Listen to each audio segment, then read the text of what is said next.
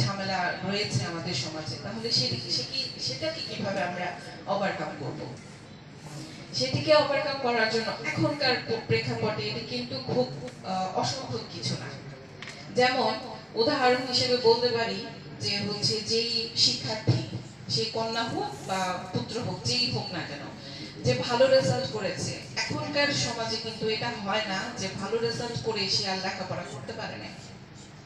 কেউ না কেউ কোনো না কোনো ভাবে কিন্তু তার সহায়তার জন্য এগিয়ে আসে, এবং এটাই সত্য।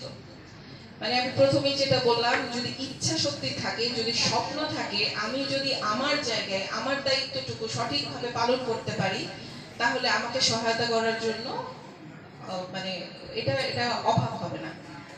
হ্যাঁ, তো এটাই হচ্ছে বিষয়, যে আমি খুব ভালো রেজাল্ট করতে হবে, আমাকে পড়াশোনা করতে হবে, নিজেকে গড়ে তুলতে হবে, এবং যে বাধাগুলো আছে সেগুলো একটা একটা করে আমরা কিন্তু পেরিয়ে যেতে পারবো।